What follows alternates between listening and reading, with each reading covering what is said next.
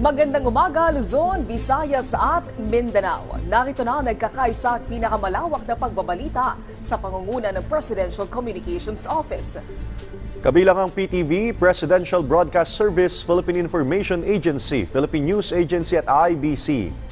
Tutok lang sa mahalagang balita mula sa iba't ibang bahagi ng bansa. Ito ang Balitang Pambansa. Ngayong umaga sa Balitang Pambansa, Pangulong Ferdinand R. Marcos Jr. tiniyak na isa sa batas ang proposed 2025 national budget bago matapos ang taon. Reenacted budget para sa susunod na taon, hindi na pag-uusapan ayon sa Presidential Communications Office. Huling araw ng tara sa palasyo sa Malacanang na handog ng Pangulo, sinulit ng ilan nating mga kababayan, libreng rides at mga pagkain pinilahan. Purchase booklets para makakuha ng discount ang isang senior citizen, inalis na ng Department of Health. Mga pasaherong pauwi sa mga probinsya, dagsana sa mga terminal at paliparan. Sitwasyon sa mga paliparan at sa terminal ng bus, alamin. Operasyon ng Pogo, tiyak na tapos na ngayong 2024. Nasa 6,000 dayuhang Pogo workers, inaasang makaaalisan ng bansa bago magtapos ang taon. At Bulkang Kanlaon muling nagbuga ng maitim na usok. Task Force Kanlaon ipinagutos ang mandatory evacuation sa mga residenteng sakop ng 6-kilometer danger zone ng Mount Kanlaon.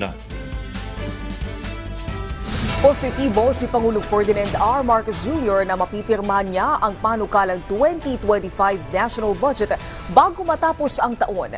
Nilinaw naman ng PCO na hindi napag-usapan sa mga pulong ni Pangulong Marcos Jr. kasamang economic managers ang reenacted budget. Si Clazel Pardilla ng PTV sa Balitang Pambansa. Pinulong ni Pangulong Ferdinand R. Marcos Jr. sina Executive Secretary Lucas Bersamin at economic managers nitong tinalakay ng mga opisyal at masusing pinag-aaralan ang panukalang 2025 national budget. Present sa pagpupulong ang Finance at ang Budget and Management Department, National Economic and Development Authority at ang Department of Public Works and Highways. Una nang siniguro ni Pangulong Marcos na hihimayin at pag-aaralang mabuti ang panukalang pondo para magamit sa pinakamahalaga at kinakailangang programa at proyekto ng pamahalaan. Nito lamang Biyernes ng tanghali na ibigay sa tanggapan ng Pangulo ang kopya ng mga listahan ng mga panukalang pondo at pagagastos nito para sa susunod na taon. Pero positibo si Pangulong Ferdinand R. Marcos Jr. na maisa sa pinal at mapipirmahan ito bago matapos ang 2024. Sabi ni Presidential Communications Secretary Cesar Chavez, hindi pinag-usapan ang reenacted budget sa nakalipas na 2 pagpupulong na nilahukan ng kalihim. Ang reenacted budget ay nangyayari kapag nabigong aprubahan ang bagong budget ng pamahalaan para sa susunod na taon. Sa halip, ang pondo sa nakalipas na taon ang muling gagamitin. Mula sa PTV Manila, Clazel Pardilla, Balitang Pambansa. Tumaas pa ang kumpiyansa at tiwala ng mga Pilipino sa pamumuno ni Pangulong Ferdinand R. Marcos Jr. Ito'y batay na rin sa pinakahuling trust at satisfaction ratings na nakuha ng Pangulo sa Tangere Survey. Si Clazel Pardilla ng PTV sa Balitang Pambansa. Dumami pa ang bilang ng mga Pilipinong nagtitiwala kay Pangulong Ferdinand R. Marcos Jr. Ayon sa pinakabagong Tangere Survey, sumampa sa 60.1% ang trust ratings ng punong ehekutibo ngayong Desyembre mula sa 59.6% noong Nobyembre. Nadagdagan din ng mga Pilipinong nagsabing kontento sa pamumuno ng presidente mula sa 47.3%, bahagyang umangat sa 47.9% ang satisfaction rate ni Pangulong Marcos. Bumaba naman ang nagsabing tiwala at nasiyahan sa liderato ni Vice President Duterte. Habang umabante ang trust and satisfaction rate ni House Speaker Martin Romualdez, Chief Justice Alexander Gesmundo at Senate President Chis Escudero na siyang highest rated government official. Ginawang survey noong December 16 hanggang 19 na sinagutan ng 2,000 respondents. Kung ang fresh graduate na si Arvin ang tatanungin, lalo pang tataas ang kumpiyansa sa mga pinuno ng pamahalaan kung matutugunan ang job mismatch. Information system ang tinapos niya, pero service crew sa isang fast food chain ang nakuhang trabaho. Di related sa course ko yung magiging trabaho ko next year, nakailan interview ko. Pero kinuha ko na lang kasi marami kami mga candidates na naglalaban-laban sa trabaho. Kaya sana, makakreate na maraming trabaho related dun sa course na mga tinatapos na mga estudyante. Christmas wish naman ng ilan sa mga pinuno ng gobyerno. Sana bumaba ang bigas. Taasan niya yung mga sweldo ng mga tao. Mawala ang mga street children. Sa pabahay. Pabahay sa mga mahirap. Mula sa PTV Manila, Kalezal Pardilla, Balitang Pambansa. Nasa 6,000 pang mga POGO worker ang inaasahang makakaalis ng bansa bago matapos ang taon. Binigyang diin naman ng Bureau of Immigration na hindi na palalawigin pa ang mandatory departure. Si Alvin Baltazar ng Radyo Pilipinas sa Balitang Pambansa. Mayroon na lamang hanggang Disyembre 31 ngayong taon ang mga foreign POGO workers para makaalis na ng bansa at makatugon sa ipinatutupad ng mandatory departure. Sa Bagong Pilipinas ngayon, pinahayag ni Bureau of Immigration spokesperson Dana Sandoval na mahigpit ang kanilang gagawing pagpapatupad sa sabilitang pagpapaalis sa mga kinauukulan at wala ng extension pang gagawin ng pamahalaan ukol dito. Marami-rami pa rin, sabi ni Sandoval, ang inaasahan nilang dapat na makatugon sa mandatory departure at ito'y nasa may 6,000 pang mga dayuhan. Ngit ang tagapagsalita, kailangan na silang makaalis sa loob ng nalalabing 8 araw ng taon. At sinistress po natin, paulit-ulit po nating sinasabi, walang extension ang December 31 deadline. Wala na pong pag-asa na ma-extend ito at wag na po nating patagalin pa dun sa mga foreign POGO workers. They are expected to leave before the December 31 deadline. Babala ng BI, may kaakibat na hakbang na gagawin ng gobyerno ng Pilipinas sa hindi tutugon sa ipinatutupad ng polisiya. Maaaring mailagay sa blacklist, sabi ni Sandoval, ang mga banyagan dating konektado sa POGO operation. Ibig sabihin ay hindi na sila maaari pang makabalik ng bansa na anyay mas magiging mahirap sa mga kinauukulan lalo't may iiwan silang pamilya dito sa bansa. Kaya babala ng immigration, sundin ang polisiya para hindi abutan ng December 31 deadline at makaiwas sa deportation proceedings. Ilang araw na lang po, parang mahigit 1 linggo na lang ang inaasahan natin na pag-alis po nila. Because if they do not leave after December 31, yun naman po, abutin na po sila ng blacklisting. Deportation proceedings na po tayo and blacklisting. Sa datos na hawak ng Bureau of Immigration ay nasa 21,000 ng mga dayuhan na dating konektado sa POGO operation sa bansa ang nakaalis na matapos makapag-downgrade ng kanilang visa. Para sa Balitang Pambansa, Alvin Baltazar ng Radyo Pilipinas. Pinirmahan na ni Health Secretary Teodoro Herbosa ang isang bagong administrative order na nag-aalis sa pangangailangan ng purchase booklet para sa mga senior citizen na gustong mag-avail ng discount sa mga gamot. Ayon kay Herbosa, hindi na kailangang magpakita ng purchase booklet, tanging valid ID at reseta ng doktor ay sapat na sa mga botika. Alinsunod sa Expanded Senior Citizens Act of 2010. Nilalayo ng hakbang na ito na gawing mas madali at abot kaya ang pagkuha ng diskwento sa gamot para sa mga senior citizen. Nananatiling nakatuon si Pangulong Ferdinand R. Marcos Jr. sa pagpapabuti ng buhay ng mamamayan, pagpapalago ng ekonomiya at pagtitiyak sa kinabukasan ng ating bansa. Sa kabila ito ng inilabas na Pulse Asia Survey kung saan naitala ang bahagyang pagbaba ng approval rating ni Pangulong Marcos Jr. sa 48% nitong November 26 hanggang December 3 mula sa 50% noong Setyembre. Umatras din ang trust rating ng punong ehekutibo sa 47% mula sa 50%. Pero ayon kay Executive Secretary Lucas Bersamin, ang interes ng publiko ang nagsisilbing gabay sa bawat desisyon ni Pangulong Marcos Jr. at hindi ang rating sa mga survey. Bonus na lamang aniya ang mataas na popularidad pero hindi ito pundasyon ng epektibong pampublikong serbisyo. Nirerespeto ng Malacanang ang mga survey na nagbibigay boses sa opinyon ng publiko pero hindi lamang ito ang tanging paraan para sukatin ang tagumpay ng ating bayan. Tiniyak ng Administrasyong Marcos na nakapokus ang pamahalaan sa mahalagang bagay tulad ng pagpaparami ng trabaho na isang may tuturing na reliable measure upang masukat ang kaunlaran ng ating bayan. Ipinakalat ang nasa 37,000 tauhan ng PNP sa buong bansa para sa mapayapang pagsalubong ng Pasko at Bagong Taon. May paalala naman ng pambansang pulisya sa mga biyahero. Ang detalye sa Balitang Pambansa ni Ryan Lisiges. Para matiyak na magiging mapayapang pagsalubong ng Pasko at Bagong Taon, idineploy na ng PNP ang nasa 37,000 tauhan ng pulisya sa buong bansa para sa seguridad. Gayunman, sinabi ni PNP Public Information Office Chief Police Brigadier General Jean Fajardo na nananatiling walang banta na namomonitor ang pambansang pulisya para sa paparating na mahabang bakasyon. Bukod sa matataong lugar, may deployment din ani ang PNP sa mga barangay para magpatrolya sa mga subdivision laban sa mga akyat bahay gang.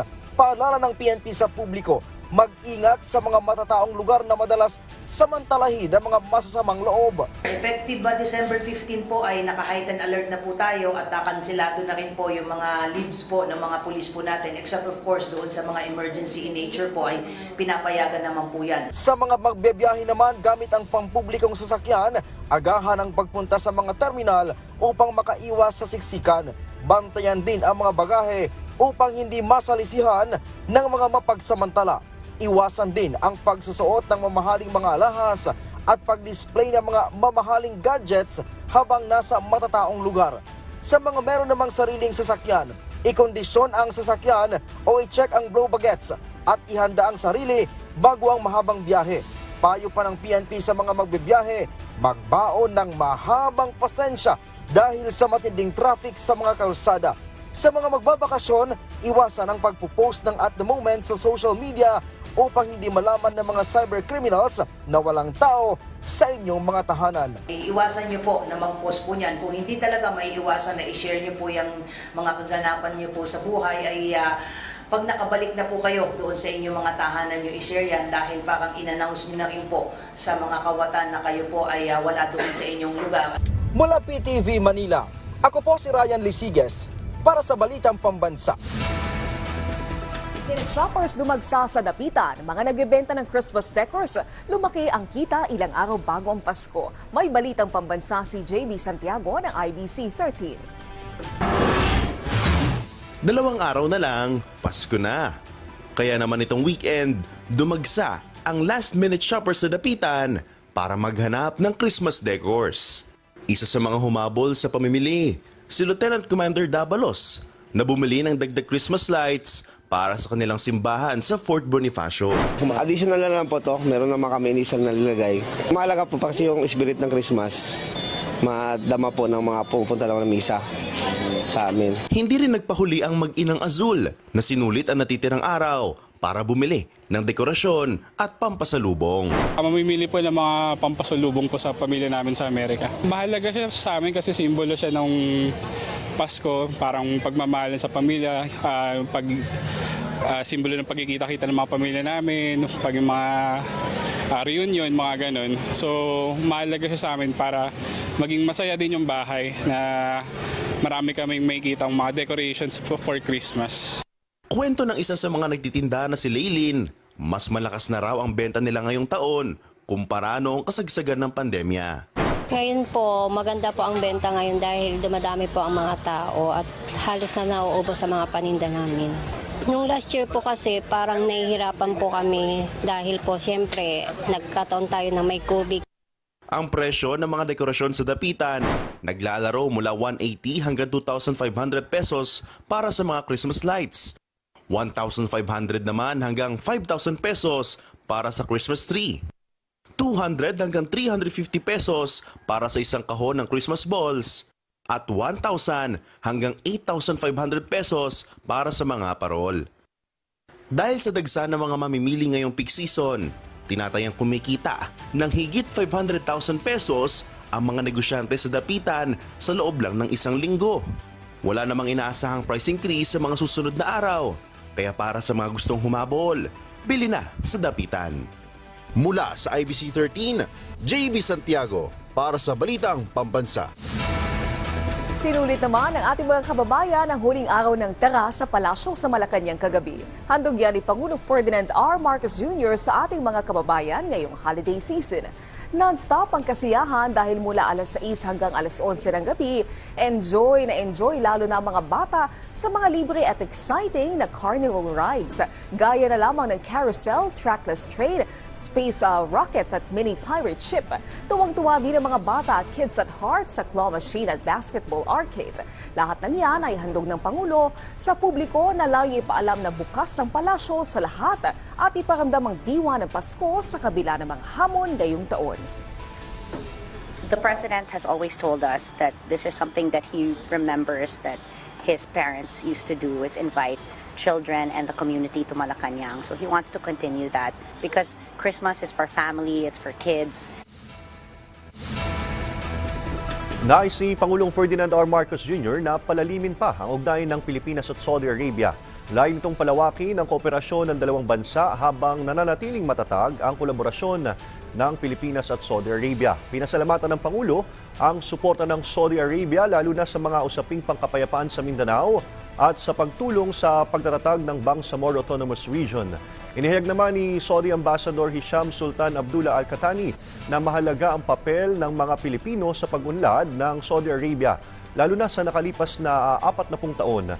Kakailanganin pa ng kaharian ang mga manggagawang Pilipino para sa mga proyektong pang-infrastruktura gaya ng Red Sea at rail projects. Habang naghahanda itong mag-host ng World Cup 2030, sinabi naman ni Pangulong Marcos Jr. na handang magpadala ng mga manggagawa ang Pilipinas basta may sapat na tauhan at binigyang diin ang husay ng mga Pilipino sa loob at labas ng bansa.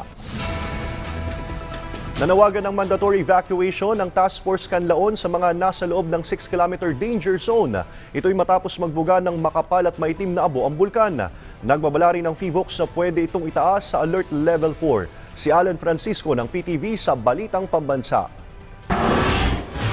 Ito ang kuha sa Bulkang Canlaon kahapon ng tanghali.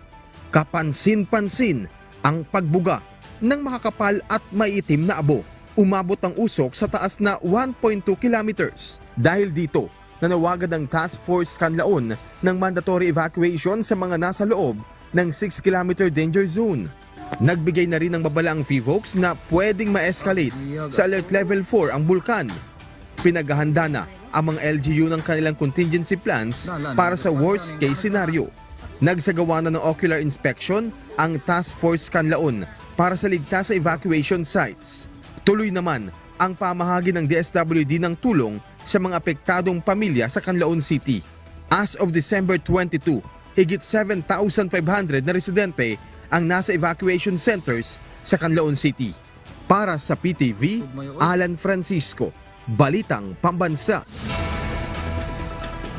Posibleng umabot ng 3 milyon ang mga dadagsang pasahero sa PITX hanggang January 6, 2025. Kaya naman ang mga bus pa probinsya nagdagdag na ng mga biyahe, partikular na ang mga uuwi pa Bicol. Ang update ng sitwasyon sa PITX, alamin natin kay Vel Custodio ng PTV sa Balitang Pambansa Live. Vel, babalikan po natin ang ulat na yan ni Vel Custodio. Ilang lugar sa bansa ang nakaranas ng matinding pagbaha dulot ng masamang panahon. Sa Visayas Region, ilang residente nang gumamit ng bangka para makatawid sa kalsada. Ang isang pagawaan ng tinapay, hindi rin nakaligtas sa baha. Sa Samar naman, halos lagpas bubong na baha ang naranasan. Kaya naman palaging payo sa mga mamamayan na manatiling naka-alerto at kung kinakailangan ay lumikas sa mga pinakamalapit na evacuation center. Shearline nagdulot ng mga pagbaha at landslides sa malaking bahagi ng Eastern Visayas. May Balitang Pambansa si Steffi Libarios ng PIA Eastern Visayas. Binaha ang malaking bahagi ng Eastern Visayas, lalo na sa mga lalawigan ng Northern at Eastern Samar, bunsod ng Shearline na nakakaapekto sa buong rehiyon. Sa Hipadpad Eastern Samar, abot hanggang bubong ang bahang naranasan ng mga residente simula kaninang alauna ng madaling araw dahil sa walang tigil na pag-ulan sa nakalipas na 3 araw. Binahari ng mga bayan ng Maslog, Dolores, Canavid, Arteche at Taft sa Eastern Samar at ang Catarman, Northern Samar. Ilang mga pangunahing kalsada na nagdurugtong sa mga bayan ng Catarman at Lawang at Catarman at Calbayog City ay pansamantalang hindi madaanan bunsod ng mga pagbaha at landslides. Inulat din ng Department of Public Works and Highways Regional Office ang mga landslide sa bahagi ng Muntok Maasin City Road sa Southern Leyte. Hindi rin madaanan ng bahagi ng Buray-Taft Road sa Eastern Samar. We have not yet opened our operation center. Emergency response team on standby. We have pre-position relief goods. PDRMO vehicles are on standby. And we have conducted our supplies and equipment. Patuloy naman ang sinasagawang monitoring at koordinasyon ng Department of Social Welfare and Development Eastern Visayas at mga apektadong LGUs. Ayon kay DSWD Regional Director Grace Subong, mahigit 111 milyong piso ang standby funds ng ahensya. Kasama na rin dito ang mahigit 81,000 family food packs at 35,600,000 non-food items na handang ibigay sa mga apektado ng mga pagbaha sa rehiyon. Mula sa Philippine Information Agency Eastern Visayas, Steffi Libarios, Balitang Pambansa. Patuloy na nakakaapekto ang dalawang water system sa bansa na nagdadala ng pagulan sa maraming lugar. Ang update sa lagay ng panahon, alamin natin mula kay Pag-asa Weather Specialist Dan Villamil. Magandang umaga po, Sir Dan. Manumagan sa ating mga taga-subaybay dito sa PTV4. Patuloy ang pag-iran ng shoreline na yung salubungan ng mainit at malamig na hangin dito sa silangang bahagi o sa malaking bahagi ng Southern Luzon at Eastern Visayas. Makaranas pa rin tayo ng mga pag-ulan na dala ng shoreline sa Eastern Visayas, Bicol Region, Calabardon at sa Mimaropa. Samantala sa Metro Manila, Cagayan Valley, Cordillera at sa mga lalawigan ng Aurora, Bulacan at Nueva Ecija, makaranas rin tayo ng makaulapan at pag-ambon na dala naman ng Northeast Monsoon o yung malamig na hanging amihan. Sa nalalabing bahagi nating bansa, magpapatuloy itong maaliwalas sa panahon ngayong araw, maliban na lamang sa mga tsansa ng mga biglaan at panandali ang buhos na ulan na dulot ng thunderstorms, lalong na dito sa bahagi ng Visayas at sa Mindanao. Sa kalagayan ng nating karagatan sa kasalukuyan, may gale warning pa tayo nakataas sa mga dagat baybay ng Northern Luzon at itong Eastern Seaboard ng Southern Luzon. Kaya sa ating mga kababayang mga isda at may mga maliliit na sasakyan pandagat sa mga areas na ito, kung muna tayong pumalaot, dahil makaranas tayo ng maalong karagatan na dala ng hanging amihan. At yan naman po ang latest mula dito sa Pag-asa Weather Forecasting Center, Dan Villamil po ulit. Maraming salamat, Dan Villamil. Babalikan po natin ang balitang ito. Posibleng umabot ng 3 milyon ang mga dadagsang pasahero sa PITX hanggang January 6, 2025. Kaya naman ang mga bus pa probinsya, nagdagdag na ng mga biyahe partikular na mga uuwi pa Bicol. Ang update sa sitwasyon sa PITX, alamin natin kay Vel Custodio ng PTV sa Balitang Pambansa Live. Ace, marami pa rin pasahero ang naghahabol para makaabot sa Noche Buena sa kanilang mga probinsya. Dagsa pa rin kasi ang mga biyahero dito sa Parañaque Integrated Terminal Exchange o PITX.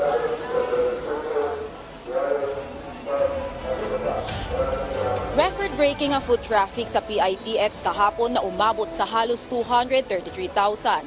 Mas mataas ito sa peak noong nakaraang taon ng December 23 rin, kung saan may higit 204,000 na italang foot traffic. Sa tansya ng pamunuan ng PITX, posibleng umabot ng 3 milyon ang mga dadagsang pasahero sa terminal sa pagitan ng December 20, 2024 at January 6, 2025. Sa kabila ng lumulobong bilang ng pasahero, sinisiguro naman ng pamunuan ng PITX na lahat ay makakabiyahe. Simula Biyernes, 20 trips per day ang idinagdag, partikular na sa mga biyahe patungong Bicol. Palaging paalala ng pamunuan ng PITX na bawal magdala ng mga matutulis na bagay o anumang bagay na maaaring pagsimula ng sunog. Nakakalat ang mga pulis at K9 units para sa karagdagang seguridad. Nagbabala naman ng pamunuan ng PITX sa mga kolorum na sasakyan. Ina-encourage natin yung mga pasahero na wag po nilang subukan sumakay dun sa mga kolorum dahil syempre, unang-una, safety nila, wala pong prangkisa o lisensya yan na mag-travel going to that route. And then pangalawa, syempre baka mabudol sila or hindi nila makuha pabalik yung kanilang pamasahe kung hindi man sila ihatid dun sa kanilang lugar mismo. Ace, base sa trend itong mga nakaraang araw, nasa 200,000 ang naitatalang foot traffic sa PITX. Kaya ayon sa pamunuan na maaaring hindi nalalayo dito ang may tatalang foot traffic para ngayong araw. As of 6 a.m. ay higit 18,000 na ang foot traffic at inaasahang mas nadami pa ito sa mga susunod na oras. Mula sa People's Television Network, Vel Custodio, Balitang Pambansa. Maraming salamat, Vel Custodio. Grand Musical Fireworks Show ng Baguio City sa bagong taon hindi na itutuloy dahil yan sa patuloy na pag-alboroto ng Bulkang Kanlaon. May balitang pambansa si Hope Torrechante ng Radyo Pilipinas, Iloilo. Dahil sa panibagong aktibidad ng Bulkang Kanlaon kahapon, nagpasya na ang lokal na pamahalaan ng Baguio City sa Negros Occidental na wag nang ituloy ang New Year Fireworks Show. Inanunsyo ito ni Baguio City Mayor Nicolas Yulo para mabigyan ng prioridad at matiyak ang kaligtasan ng mga residente sa lungsod. Bukod dito, nagsisilbi ring evacuation center ng mga apektadong residente ang MYT Sports Center at Baguio City Gymnasium. Dito sana sa MYT Sports Center gaganapin ang Lights of Baguio 2025 Rebirth of Light sa pagsalubong ng bagong taon. Samantala, pinasalamatan naman ni Mayor Yulo ang mga bagunhon sa kanilang patuloy na pagsuporta at pag-unawa. Paalala pa ng lokal na pamahalaan sa publiko, manatiling alerto at ligtas ngayong holiday season. Mula sa PBS Radyo Pilipinas Iloilo, ito si Hope Torrechante para sa Balitang Pambansa. Kwento ng tagumpay ng mga overseas Filipino sa Singapore itinampok sa isang libro. May balitang pambansa si Bea Gaza de Guzman ng Radyo Pilipinas. Naglunsad ang Embahada ng Pilipinas sa Singapore ng librong nagtatampok ng kwentong tagumpay ng mga overseas Filipino sa Singapore. Sa panayam ng Radyo Pilipinas World Service, ipinresinta ni Philippine Ambassador to Singapore Medardo Macaraig ang libro na pinamagatang Making a Mark on the Little Red Dot, Trailblazing Filipino Entrepreneurs in Singapore. Ibinida sa aklat ang mga Pilipinong namamayagpag sa larangan ng pagnenegosyo, industriya, green at sustainability, pagluluto o culinary, kalusugan, kultura, edukasyon, maging sa digital at online field. Ang layunin ng aklat na yan ay unang-una, to inspire Filipinos to go on entrepreneurship. Sabihin nila, bakit yung si ganun naging successful, kaya ako pwede rin. And number two, to inform them kung paano ginawa nitong mga kababayan natin kaya sila naging successful entrepreneurs para negosyante. At pangatlo, siyempre, advertisement na rin ng mga Pilipinong naging subject nitong libro. Ayon kay Ambassador Macaraig, kabahagi pa rin ang proyektong ito ng pagsisikap ng embahada na ipalaganap ang financial literacy at economic independence para sa mga Pilipino sa abroad. Plano ngayon ng embahada na bumuo ng ikalawang edisyon ng libro. Mula sa PBS, Radyo Pilipinas, Bea Gaza de Guzman para sa Balitang Pambansa. Munting kahilingan ngayong Pasko ng mga person-deprived liberty sa Puerto Princesa City Jail, idinaan sa inilunsad Christmas Wishing Wall ng Bureau of Jail Management and Penology. May balitang pambansa si Orlan Habagat ng PIA Mimaropa. Ang munting kahilingan sa Kapaskuhan ay naging bahagi na ng kultura at tradisyon natin bilang mga Pilipino. Upang mabigyan ng kasiyahan ngayong Kapaskuhan ang mga Person Deprived of Liberty o PDL, ay inulunsad ng Bureau of Jail Management and Penology Mimaropa ang Christmas Wishing Wall sa Puerto Princesa City Jail Male Dormitory na may temang munting hiling ni Kuya PDL ngayong Kapaskuhan na dinggin. Ayon kay Jail Officer 3 Peter Tumanon na siya ring hepe ng Welfare and Development Division ng Puerto Princesa City Jail, layunin ng programang ito na mapunan ang ilang pangangailangan ng mga PDL para sa sarili at gayon din ng kanilang pamilya. Ang pinaka-aim po nito is maibigay yung needs ng ating mga PDL, particularly the priority needs po, yung ating foods, yung ating mga pananamit po na needs nila sa pang-araw-araw. Malaki naman ang naging pasasalamat ng mga PDL sa programang ito ng BJMP. Ilan sa mga simpleng kahilingan ng mga PDL ay ang magkaroon ng bagong sapatos, damit, groceries, pagkain at maging ang panalangin na magkaroon ng magandang kalusugan ang kanilang pamilya. Ito na ang ikatlong taon na isinagawa sa Puerto Princesa City Jail ang Christmas Wishing Wall. At ngayong Disyembre ay ilang kahilingan na rin ng mga PDL ang natupad. Mula sa Philippine Information Agency Mimarupa, Orlan Habagat para sa Balitang Pambansa. Maraming salamat sa pagsama sa amin ngayong umaga. Tumutok muli sa ating programa mamayang alas 12 ng tanghali kasama ang buong pwersa ng Presidential Communications Office. Ako po si Ace Medrano mula sa IBC 13. Ito nagkakaisang puwersa ng pagbabalita, hatid sa inyong komprehensibong paghimay sa mahalagang usapin. Mula sa PTV, ako naman si Naomi Tiburcio. At ito ang Balitang Pambansa. Pambansa.